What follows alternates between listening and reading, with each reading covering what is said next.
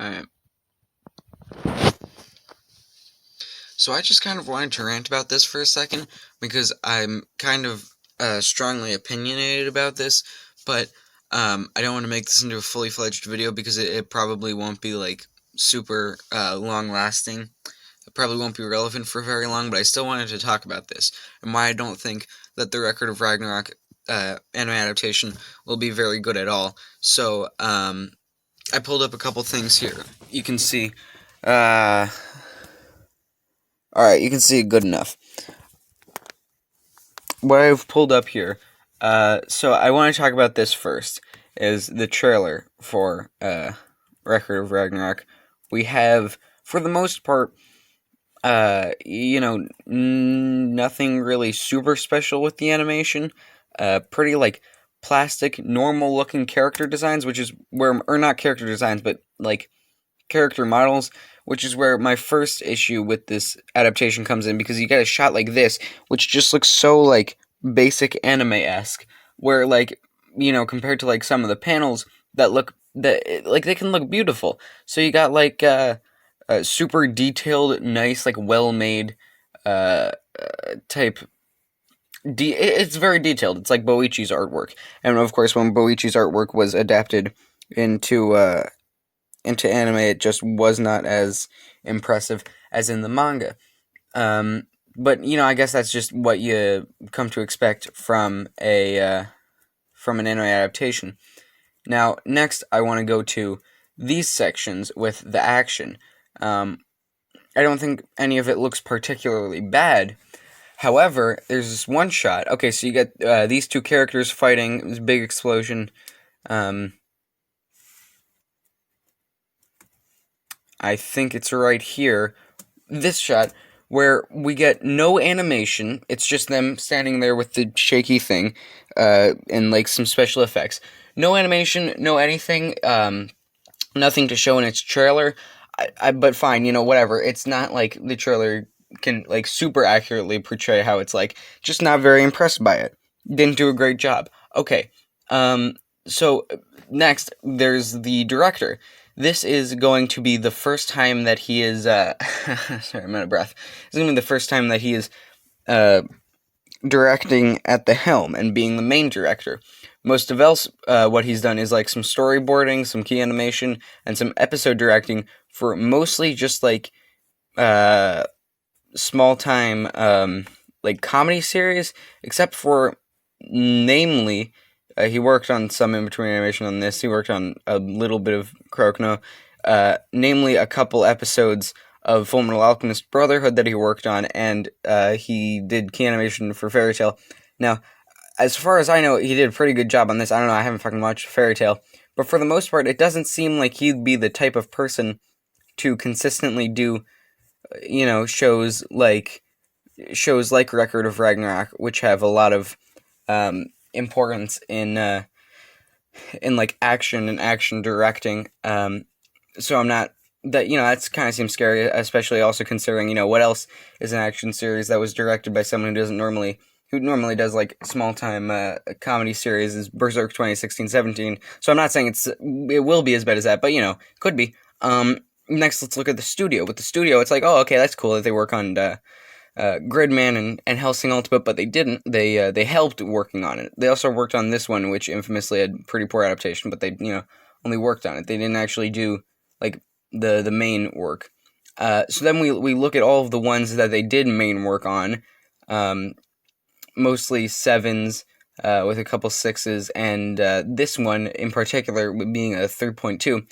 But what's interesting is that you look into the sections of these like reviews, and for the most part, it's extremely negative, except for like the animation. They never really seem to have a major issue with the animation, even if they do have an issue with the stories or the characters or the sounds or whatever.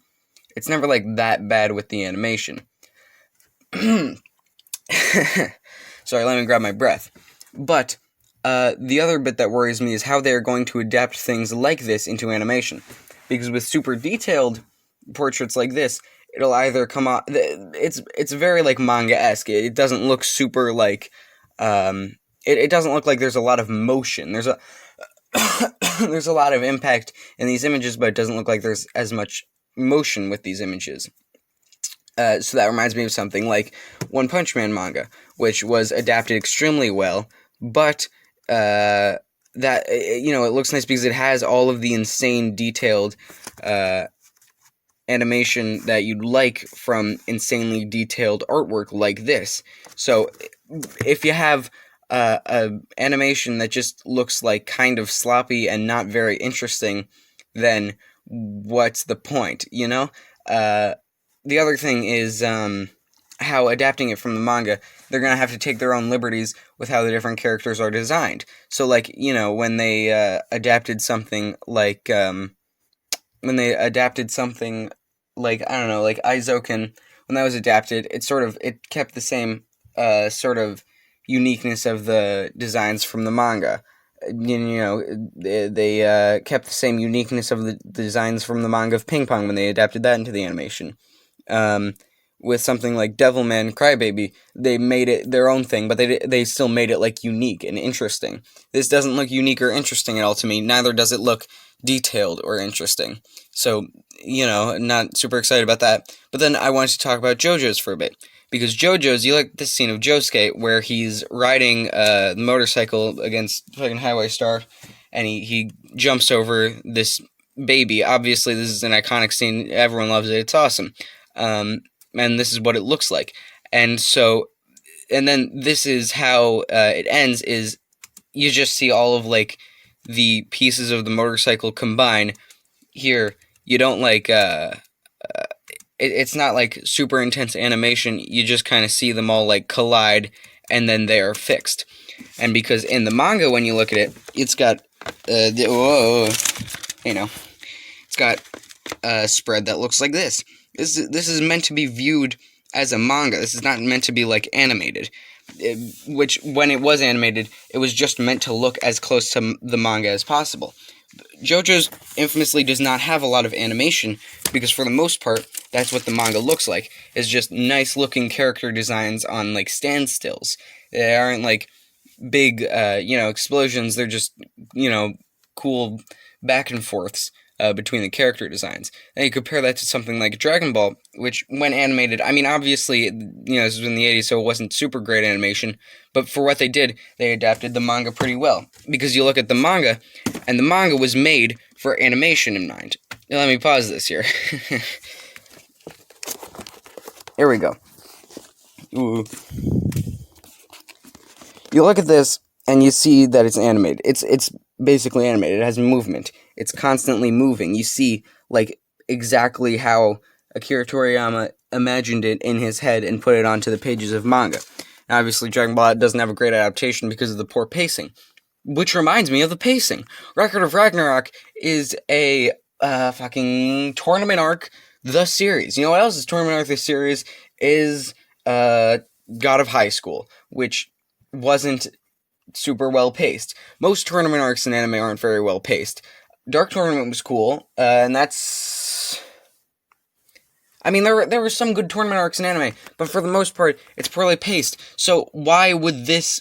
That just kind of makes me worried. This feels like it's all colliding into itself, and it's going to turn out poorly. And I'm just making this so that I can say that I called it.